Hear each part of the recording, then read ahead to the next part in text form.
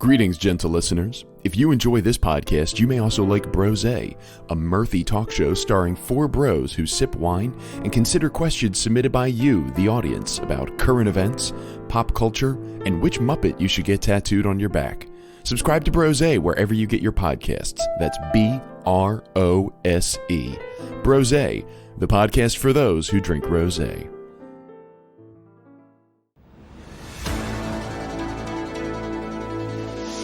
What does Synaesthesia have to do with point-and-click adventure games? Game over, man. Game over. Can a good old-fashioned fisting cure those hiccups? It's not delivery. It's disgusting. Do you ever worry the Tooth Fairy might attempt a home invasion?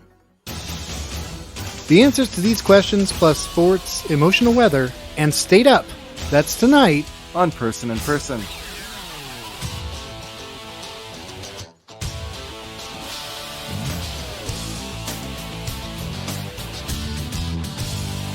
Good evening, wherever you are, whoever you are, and welcome to Person in Person. I am the person known as Gene Person. I'm the person known as Greg Person. No relation. Person in Person is a news show for people who do not like news shows by people who do not like news shows. That's right. We're just two individuals choking on smoke and ash in the last days of the dying earth. I'd like to extend a heartfelt congratulations to Gavin Grimm for his decisive victory on the issue of using the men's room, the restroom of his gender, at school. I'm sorry you had to deal with this battle at such a young age, but every trans student who comes after you will appreciate what you have accomplished. Gavin, welcome to Dudes. Also, a big congrats to our pals over at the Brose podcast for their return to recording in person. A feat that Person in Person will likely never accomplish because we have no corporeal forms. Yes, I'm the singularity, and Gene is the demiurge. Listen, Tims, if you haven't listened to the Brose podcast, please do so. It's a hang podcast that is genuine, funny, and might I add, you can hear the original Tim there, our sister-brother wife. Just some real sweet, chill dudes who we are married to, at least one of them, which right. I think by the transitive property means we're married to all of them, which means we're married to all their listeners. Hey, let's not go too far down this road. Let's get into tonight's story beats. All right, sounds good. Despite record-breaking temperatures and record low moisture levels, I'd like to remind our listeners that fireworks stands are open throughout the state of Oregon, just in case you want to make tens of thousands of people homeless this Independence Day. You patriot, you. Australian woman Angie Yen developed an Irish brogue after having her tonsils removed and probably suffering some low-key brain damage. She still drinks the same amount, but now writes novels about how sad it is. A new insider report indicates that during his entire 4 years as president, Donald Trump never once climbed the stairs to the second floor of the Oval Office, making it an easy place for staffers to avoid the boss while allowing him to retain his very fine hippo with tiny hands who just learned to walk on his hind legs like physique. That's so fucking funny. A recent test of the product in Subway's tuna sandwich confirms that tuna DNA could not be found in any of the 3 samples they tested, so either it was so heavily processed that it destroyed the DNA, or it was never tuna to begin with. Subway says there's no truth to the allegations, but then they said the same thing about Jared Fogle. It's true. Subway, not super reliable on telling the truth in the past, historically. Allegedly. The U.S. FDA has added a warning about rare cases of heart inflammation on the Pfizer and Moderna COVID vaccines. One local resident, when stopped for interview while buying smokes and a 4-pack of Monster energy drinks from the Circle K, after having lunch at the McDonald's across the street, said this new and alarming information makes it less likely he'll get the vaccine. Different brands from Xbox to Coors to Burger King are working to get advertisements into consumers' dreams by playing video and audio clips on their devices while they sleep. Joke's on you. All my dreams died years ago. Yeah. All right. Enough about the news. Let's move on to Maine news. Well, synesthesia is a I don't even want to call it a condition. It's what happens when the stimulation of one sense causes simultaneous sensation in another sense. So, for example, a lot of people perceive colors when looking at letters or numbers, or feeling tactile sensations on your face or arms when you hear sounds. It used to be thought that this occurred in 1 in a million or even 1 in 10 million people because we don't talk about the way that we perceive things. But nowadays, we realize it's a lot more people. There was a recent large controlled study in Britain, and they found that 1 in 20 people reported synesthesia of the types that they were studying. And some researchers think that 1 in 4 is not a wild number. It might even be that it's something that everybody does sometimes and some people do all the time. There are actually over 80 different types of synesthesia that have been documented already, more to discover, because we have way more than 5 senses and there's lots of ways to combine them. Now, the reason I bring this up, I always think it's interesting. There are lots of ways that we're different from each other that would be really exciting to us if we knew about them. Basically, everyone you meet is an alien. It's just they don't know it, and neither do you. So next time you meet someone new, they're special. So you figure out what's special about them, and you figure out what's special about you, you special person, you. All right. Well, what does that have to do with the gaming movement of the 90s? Point-and-click adventure games, most often played in a first-person perspective. These games were an interesting chapter in the history of gaming, and honestly, they were some of my favorite games of the era. The genre was largely launched with the hit games Seventh Guest and Myst, which had built on some of the puzzle elements of some other adventure games such as King's Quest and Zork, to create something new in which the player is trying to use logic and problem solving to navigate a strange and in some cases scary world to resolve the story or escape. There were hundreds of titles at the peak of the genre, with themes and names as diverse as any other genre. One that I really enjoyed was called 9, The Last Resort, which had surreal elements and a little bit of an amusement park feel, even though it was set in an abandoned mansion. If it's got an amusement park feel, I'm going to flock to that. Of course, I loved the Myst games too, where unique and beautiful landscapes became massive set pieces for observation, diligent note-taking, and exploration. There were some key elements you needed to look out for. For instance, if you were able to interact with something, that something was important. As you clicked around the screen, most of what you could see was just there for looking, but occasionally your cursor would change when over an object, or clicking on an item would change something, it would move, something else would move, or you'd hear a sound. Anytime this happened, it was important to either the immediate puzzle or a future one. Lack of direct interaction. While there were exceptions to this rule, Sanitarium is one example. In most point-and-click adventure games, you might encounter other characters, but you very rarely had any opportunity to interact with them. Even if you did, it would be a limited or timed event. And story. Very few of these games took place on our reality of Earth. They were mostly designed to transport the player, as some of the best games are, in a kind of escape. The settings were super diverse, but I had some favorites. The Myst games in particular were brilliant in both the creation of the various worlds, called Ages, that you would visit, and in the system that allowed you to do so. The genre is still around, though mostly in mobile gaming anymore. The really big blockbuster point-and-click titles started to taper off as we got into the early 2000s, but every once in a while, I'll dust off a game and see if I can get it to work. So, here's the first thing that jumps out at me.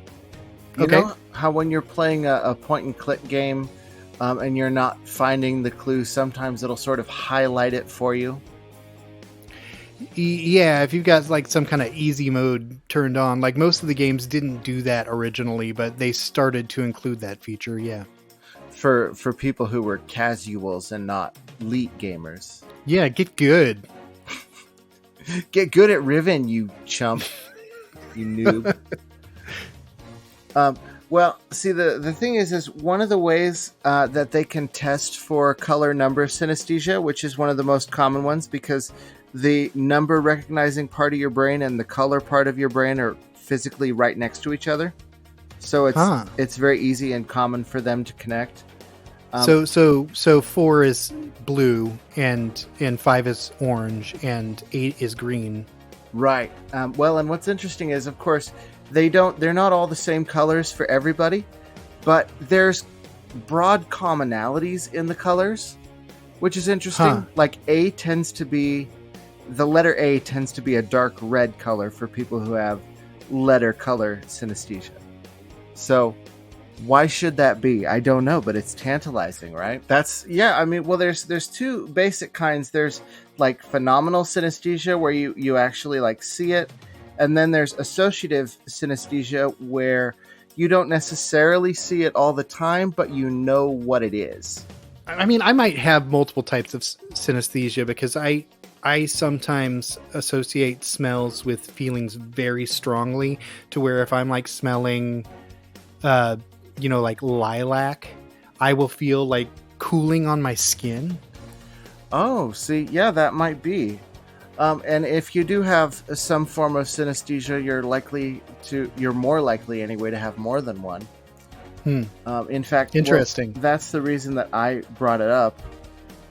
Because, and the thing is, if you do have synesthesia, you might not know because you just assumed that everybody experienced things that way, and it never really came up. Like, I discovered that I have synesthesia when I was in college, and I was trying to figure out what a blue smell was, and nobody knew what I was talking about. And I'm like, guys, bright blue, seriously. I think I'm getting a sense of what synesthesia is. I just didn't really know that was the name. I think that's actually brought up at one point in True Detective, one of our featured items from last week.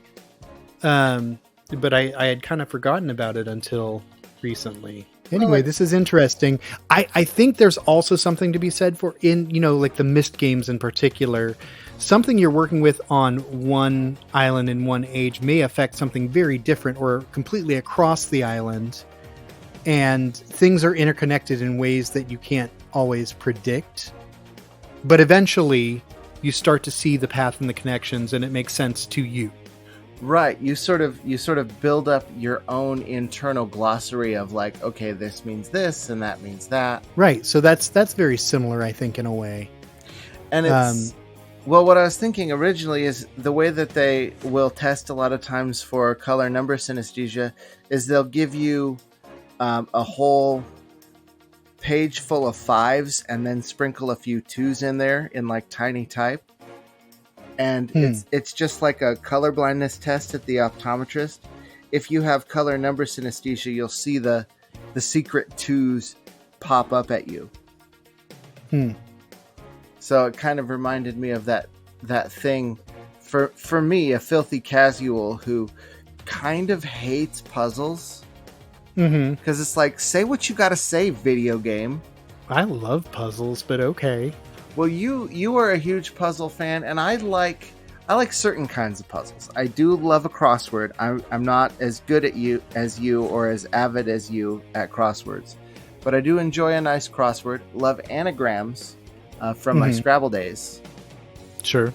On the pro Scrabble circuit. Anagrams super useful to play around with if you're doing Scrabble or crosswords, really. Indeed, but not so much spatial puzzles or like click on a thing and use the thing, because how am I supposed to know I can click on the thing? Am I just supposed to click every square inch of this goddamn screen until something clicks? You want to know my 2 favorite anagrams? Yes. This is unrelated, but they were both featured on one broadcast of HQ trivia back when it was a thing. And they were just both so beautiful. Britney Spears is an anagram for Presbyterian. Oh, that's wonderful. I like that. And Marissa Tomei is an anagram for "It's-a-me, Mario." No, it's not. Fuck off. It absolutely is. It absolutely is. That was the final question on the HQ trivia episode, and I got it right because I was instantly able to see "It's-a-me Mario" in my brain as Marissa Tomei. just because of crosswords. It's all crosswords. Oh, that feels for so me. good. See, Yeah. I'm having a sort of a synesthetic experience right now conceptually because that tastes just like the richest, sweetest caramel in my brain right now. Yeah. Fuck, that's good. So that's a pretty big tangent. Maybe the puzzle, though, is the human mind. The fact that every person you meet is that mystery, and you don't know how their shit's connected up at all. Right, but maybe it goes deeper than that. Maybe really these games are just kind of one great metaphor for our experience, because they all, when you enter the world of Myst, you have limited tools at your disposal. You're only able to go off what you see and experience, and that's all any of us can really do. So whether or not you have synesthesia, you are going to be experiencing life with a limited set of tools. The more you can learn about them, the better. But if you happen to know how those tools interact, all the better. Well, no, I think you're onto something there. I mean, all of our games, every game that we play is in some sense a rehearsal for life. Mm-hmm. You know, you're practicing the experience of navigating the world in a consequence-free environment. There's that sort of... Which is why I've never been caught committing Grand Theft Auto. It's true, because you know exactly what to do. You just run up there, you pull the old lady out, and you turn on the opera station, and you just go, man. There's a really funny story about that game. When I had mentioned at one point that I was playing that game, someone in my life told me, but Gene, they kill cops in that game. And I told her, well, to be fair, they kill a lot of FBI agents in that game too. Nice. And National Guard if you want to really go ham. Yeah. That game was great. God damn, Yeah. I gotta play Grand Theft Auto again. That's all there is to that. Yeah, well, I was speaking specifically of Grand Theft Auto 5, which is this beautiful, sprawling epic of a game. All right. Have we tied these two together enough, you think? I mean, the world is a puzzle. People are a puzzle. Puzzles, I guess, is where we're going with that. I'm happy with that, because I feel like we've solved a puzzle. And the answer is puzzles. We've solved the first part of the puzzle, but since the answer was puzzles, there's additional puzzles in the answer that says puzzles. So that's fine. I'm good with like sort of a fractal answer to this. That's fine. Yeah, because there's always puzzles. Everyone you meet is a puzzle to unlock. Everything you do is a puzzle to unlock. Your fridge is a puzzle to unlock. Your microwave. I'm just naming things I see. Hey Jerry, can you get me Will Shortz on the line? No? Okay. Well. Yeah, he doesn't have a phone. He just communicates by pigeon with cryptograms. Right. Okay. That I could actually picture that a little bit. I know. All right, let's move on to breaking news. Hiccups, at least in infancy, serve a function. They train the brain to interact with the diaphragm, and may be instrumental in helping to establish breathing function. As you grow up, however, they're less useful. Let's be honest, hiccups are downright annoying. They aren't usually painful, but they're involuntary and uncomfortable, especially when you're trying to communicate. Are there cures for hiccups? No! Sure, you can poll your friends and many will have a suggestion, a spoonful of ketchup, a quick scare, a butt massage. All of this is anecdotal and likely the result of conflation of causation with correlation of events. The hiccups happened to subside when they were squeezing a goat's testes, and from here until the end of time, when the hiccups start, it's off to the goat pen. But one doctor, Ali Saifi, had just about had it with the hiccups after they interrupted a speech he was trying to give. He invented a device to stop the spasms once and for all. Called the Forced Inspiratory Suction and Swallow Tool, FIST for short, the device is reported to actually work. It consists of a rigid plastic tube and mouthpiece, and using it involves sucking water through the tube. This stimulates the phrenic nerve, and the act of swallowing the water stimulates the vagus nerve, giving them input that interrupts and preempts the previously scheduled spasms. The doctor has patented the device and will begin marketing it under the name Hickaway, which is fine, but I kind of like fist. Well, let me ask you, what is the diameter of the fist? I don't know. I actually haven't seen the device. Do you mind if I do a quick Google here? Yeah. You go ahead and Google the diameter of fist. Because I'm wondering, this is an acronym for too many things. Okay, here we go.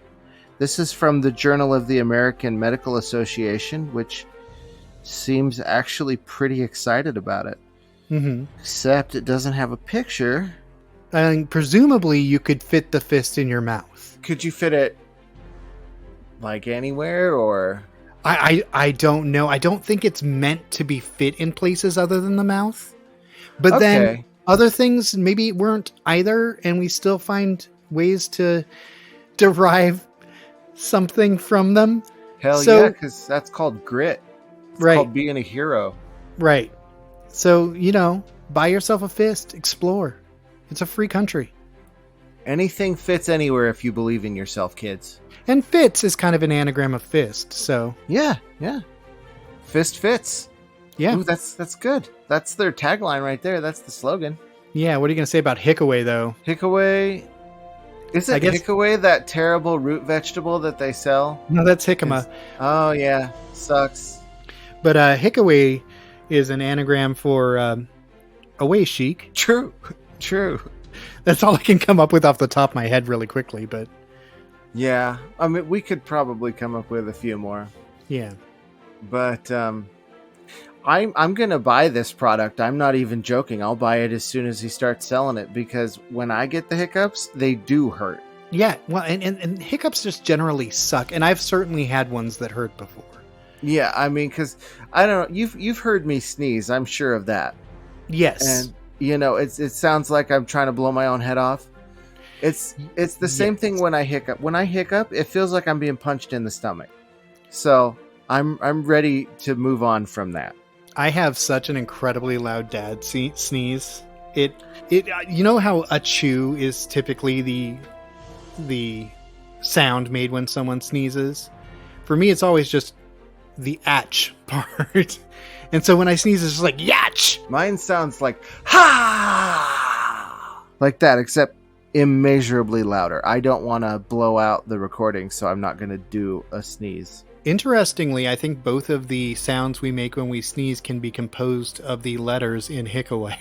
True.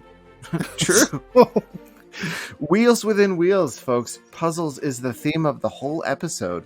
I guess so. All right. How about your breaking news story? Well, sad news for me. A recent report confirms what everyone not in the Space Force already knows. There will never be Space Marines. Oh. Key obstacles to the deployment of Space Marines are the fact that there's nothing fucking up there, nothing for them to do once they get there. It's so expensive that it would be cheaper to fire the equivalent weight of gold bars into the sun, and all the people we want to kill already live on this planet. Now, we already know all these things, but we don't say them because it hurts, spiritually. Mm-hmm. Because Space Marines are an important part of American culture, from films to fiction to video games. I was fucking around with some Space Marines earlier today. I will probably fuck with Space Marines later tonight after we finish recording. Mm-hmm. Because we dream of traveling to new worlds, meeting exotic aliens, and annihilating them with our grit and futuristic weapons.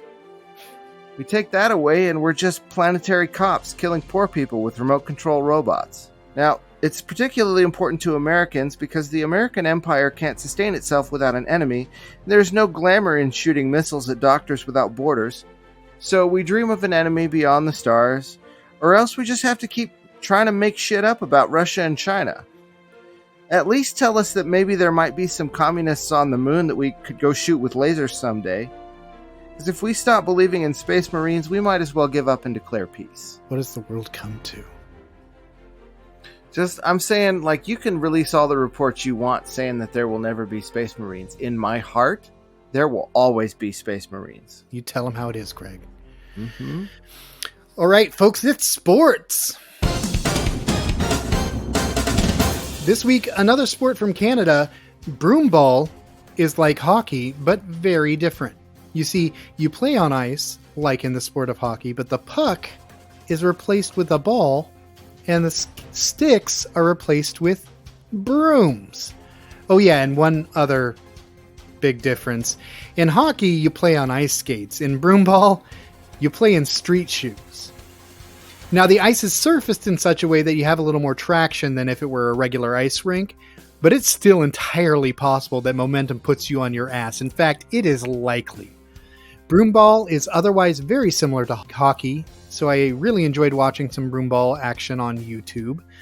Nobody knows exactly how the sport started, but it's been around since at least 1909. While played around the world in locations with cooler climates, broomball is actually popular in Australia as well, though the United States and Canada remain the powerhouses of broomball. See, I love this because this goes along with what I was saying last week, is that sports are at their best when they're primitive and kind of dumb. Yeah, absolutely. And I mean... oh, go ahead. And playing hockey with a couple of brooms in your street shoes, it sounds like so much fun to me. It's just some guys who really wanted to play hockey and didn't have any hockey shit, and we're just like, let's just go for it. Yeah. And that's, that basketball ethos is what makes sports great. All right. Well, let's move on to the emotional weather. All right. Do you want to introduce the categories? Yeah. So this week's categories for emotional weather are Damnit, Janet, and I Love You. Absolutely. And this is for my Damnit weather. New research shows that people who curse are more honest, creative, socially adept, and manage physical and emotional distress better than non-swearers. So if you're not swearing, go fuck yourself. Yeah, you're fucking it up. All right. My Damnit story. While camping this weekend, temperatures in the Pacific Northwest were downright disrespectful. But that's not why I'm saying damn it. I was fortunate enough to have borrowed a travel trailer from my father-in-law. While we were leaving the campground, the trailer came off the hitch somehow over a bump. I swear, I was not taking the bump at an excessive speed. And getting that thing on proved to be a little bit of a nightmare, especially in the heat. Oh, and it all happened in a place where we were blocking entry to the campground and river access to a handful of people. We got it done, but I really could have done without that whole experience. It was embarrassing and frustrating and filled with no small amount of anxiety. So damn it. There is nothing worse than when you fucked yourself up in such a way that you're also blocking everyone's way. Right. So you're trying to figure your own stuff out, and you're frustrated at that, and also at the same time you're just filled with shame and self-loathing and wondering how many of those people think that you should be shot. Yeah. Well, for my Janet weather, there were a few great Janets out there, but I feel like one that doesn't get enough love these days, maybe the kids have forgotten. The greatest Janet of all time, Janet Jackson. Oh, I love her. Yeah, absolutely. Fucking A, man. She's bright. She's sexy. She changed pop music so fundamentally. Mm-hmm. The entire terrain of contemporary culture would be vastly different and worse without Janet Jackson. And that whole Super Bowl thing really pissed me off because she was ridiculed and hated on by like half the country over that. But Justin Timberlake got out of that scot-free. So what the fuck is up with that? Yeah, but I mean, they can never take away her greatest achievements. So, yeah, that's true. That's true. My answer to the question, what have you done for me lately? A lot, Janet. A lot. Wait, no. Except if you're asking me, I haven't done anything for you. I'm saying you've done a lot for me. Right. Miss Jackson, if you're nasty. Mm-hmm. There are several Janets in the news right now, but I thought I would highlight a fictional Janet from a movie I love so much I used to watch it at bedtime every night. J. Janet, J. Jackal, Janet Colgate, the soap queen and the object of both Michael Caine's Lawrence Jameson and Steve Martin's Freddie Benson's affections. Played by Glenn Headley, Janet was smarter than both Lawrence and Freddie, and just as much of a con artist. The movie, of course, was Dirty Rotten Scoundrels, and I love that movie. I love the performances, and I love Janet Colgate. who was absolutely one of the best parts of that film. That movie slaps, and I feel like it's one that people don't remember now, and it's a shame because it is fantastic. I'm not kidding. My brother and I used to watch it every night. That's excessive, but it is a great film. Well, you know, I sometimes do excessive things. Oh, me too, man. I've seen Big Trouble in Little China. I don't know how many times. Yeah. 300, 500, probably. All right. I love you. Thanks, buddy. For my I love you weather, there are a lot of different kinds of love in the world. The love of a parent for a child, the love of a man for a good dog who's even right now trying to kill pack rats, and the love of that same dog for little pieces of cheese. But there is no bond more powerful than the love of a podcaster for his co-host. So I take this opportunity to salute my friend and brother wife, Jean Person. Much love. Oh, thanks, buddy. I'm not returning that favor, but I'll explain why. There's no way around it. June has been a difficult month for a lot of us, but for Gil Person especially. So I want to take a moment on this show to say that though I joke around about polygamy and the like, there is nobody for me but Gil, who helps me get through every day and who loves things about me that even I don't love. Gil is the best mother to my child and partner I could have ever hoped for or even imagined. I will love her forever, and I will continue to make her nachos just as long as she is in the mood for nachos, with hot sauce, the way she likes it. That sounds awesome. God, I wish someone would make me nachos. I make her nachos, not every night, but a fair number of nights.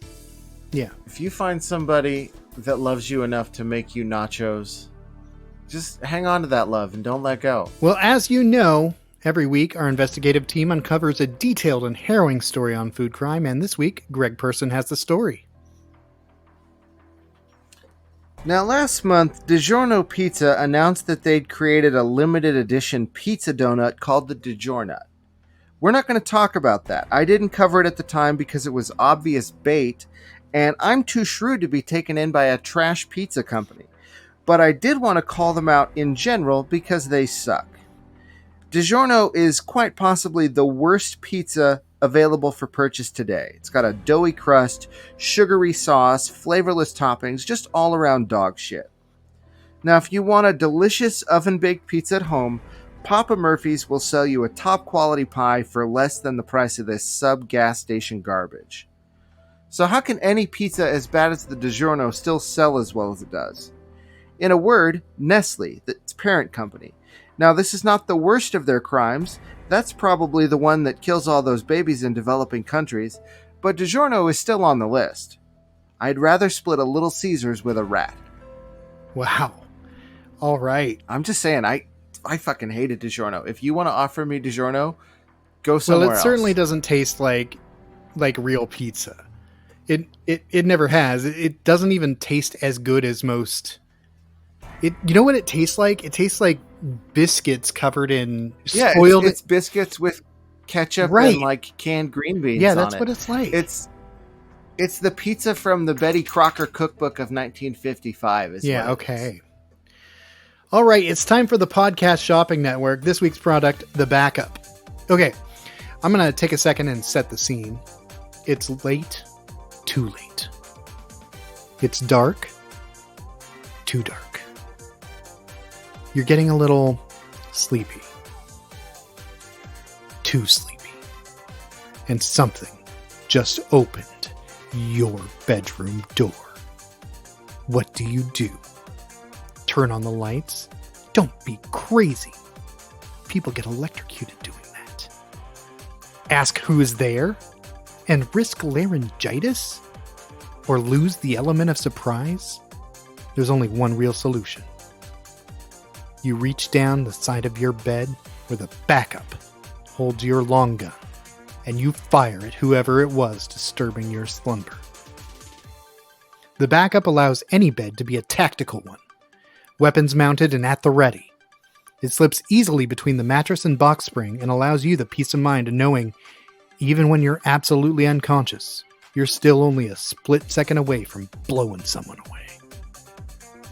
We have the right to bear arms, but what good are the arms going to do us if they aren't right there mounted to the side of your bed while you sleep?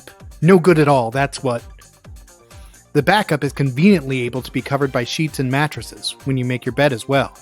So that should prevent any errant children or pets from creating a dangerous situation with a deadly weapon resting at the perfect height for them to grab it or knock it loose. I mean, they do say in the fine print in the ad that the backup is not intended for homes with children, but that's just CYA, right? They fully intend to sell this product to anyone who wants it. The backup retails for $39.95, and frankly, they can have my gun when they pry it from my cool memory foam mattress. See, I feel like this is a product intended for people who have that kid who's always coming in because they had a bad dream or need a glass of water. What? You know, and you've got... I'm saying that's what it's for, right? Like that's the only actual application it can have. I think that there's this suburban fantasy that people are going to break into your house while you're sleeping. I don't know. That doesn't happen very often, but apparently... No, you don't want to break into someone's house while they're there. That's like breaking and entering 101. Right, but apparently there's this whole fantasy that that's going to happen to you, and you need to be ready in case it happens. See, you scratch the surface of that shit, and it's like a lottery ticket, and you scratch off the little bit of aluminum on top, and underneath, instead of "you win," it always just says Turner Diaries. Right. Like, I know what these people are fantasizing about, you know, and best of luck to you. We can't fix these people. Yeah. All right, let's move on to State Up. This week's state featured Maine. One of Maine's principal industries is ground fishing, but it's never been very lucrative because that's not where fish live. The population of Maine is identical to the population of a Stephen King novel. Just pick one. It's the same. Maine's chief exports are blueberries and Stephen King novels, both of which keep you on the toilet way too long. Disappointingly, the state of Maine has very few lions. In Maine, most people prefer to be alive, but sometimes dead is better. Maine, though afforded 2 Senate seats and 2 representatives, doesn't actually exist, making it the only state that was actually a ghost the whole time. Our final segment tonight, as every week, is Person to Person and Person, where we share your valuable feedback with our audience. Since we don't have any feedback this week, we've decided to add a new and super entertaining segment to Person, actual play board games. Yeah, folks, we know that actual play podcasts are all the rage right now, and we wanted to do one, but the production values, all the editing that has to go into an actual play podcast, it's really time consuming, so it took us a long time. But we finally got it now, so strap in and get ready to enter a world of magic and mirth and adventure as we play Battleship. So do you want to talk about your character? So both of our characters obviously have a navy. So my character is going to be a roughly 2021 year old pirate king. Nice.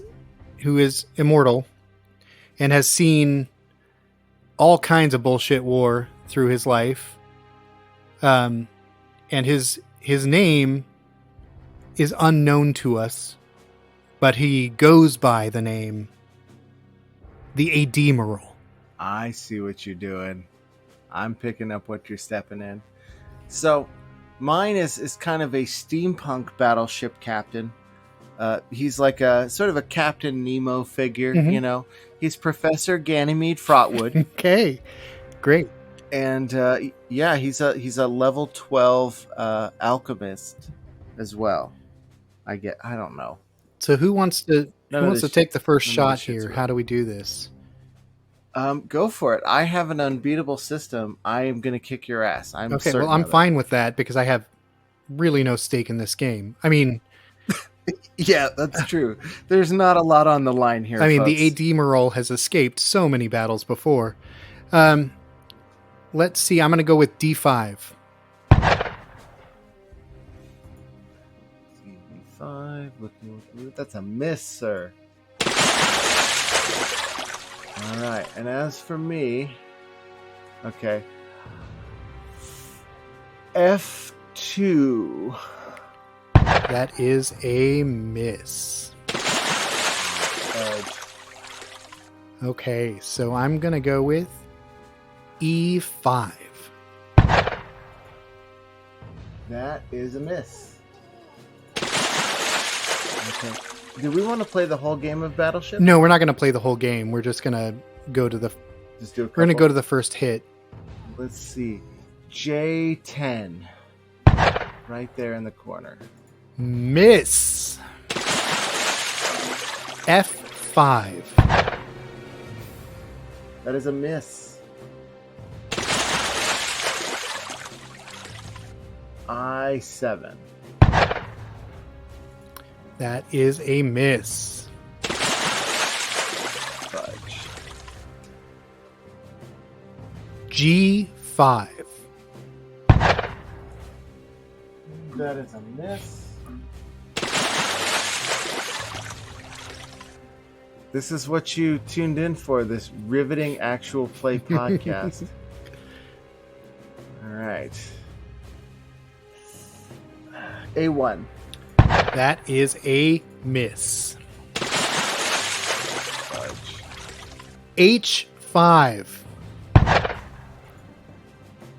You are certain that I've got something in that 5 row. But that is a miss. I'm going to say G3. G3 is a miss. Okay. D4. That is a miss. All right. You know what? D4. Maybe you're trying to psych me out. D4 is a miss. D6. No, that's also a miss. I have now drawn a conceptual dick. Oh, nice. Well, you're the winner then. Game That's board. it. Folks, thanks for tuning in. Okay, C9. C9 is a miss. I gotta get you somewhere. I'm going to go with D7. D7 is a miss. Okay, B8. B8 is a miss.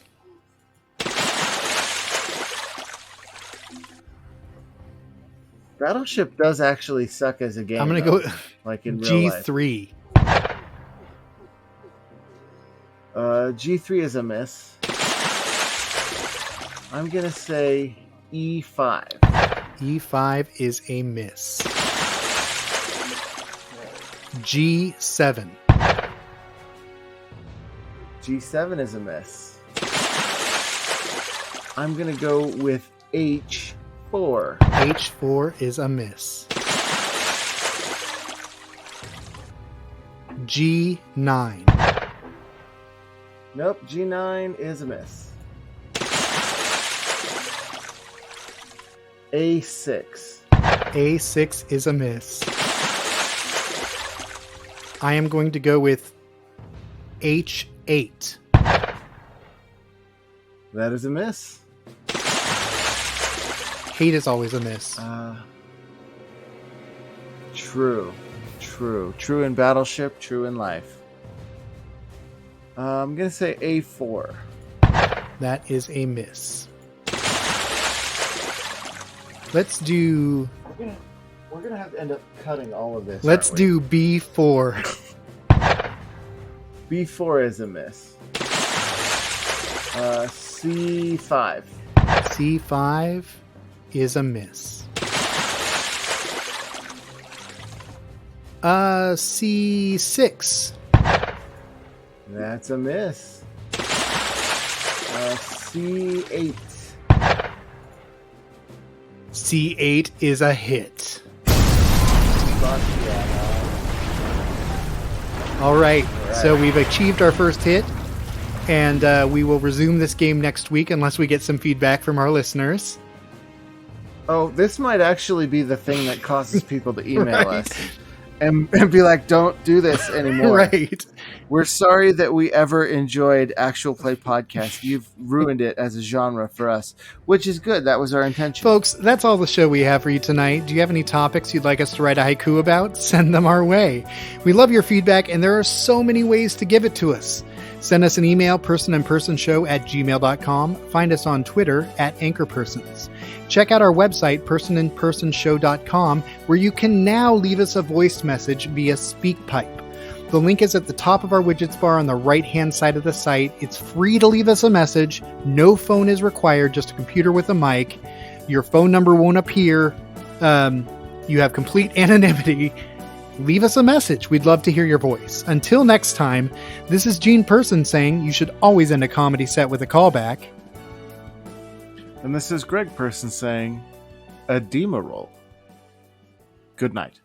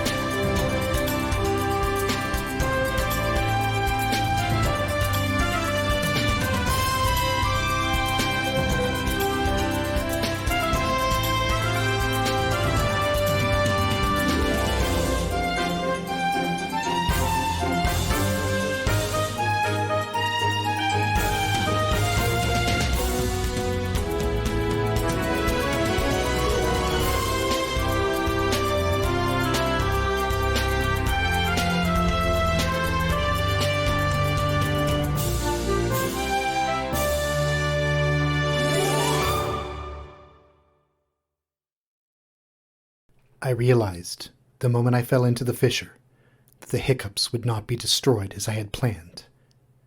It continued falling into that starry expanse of which I had only a fleeting glimpse.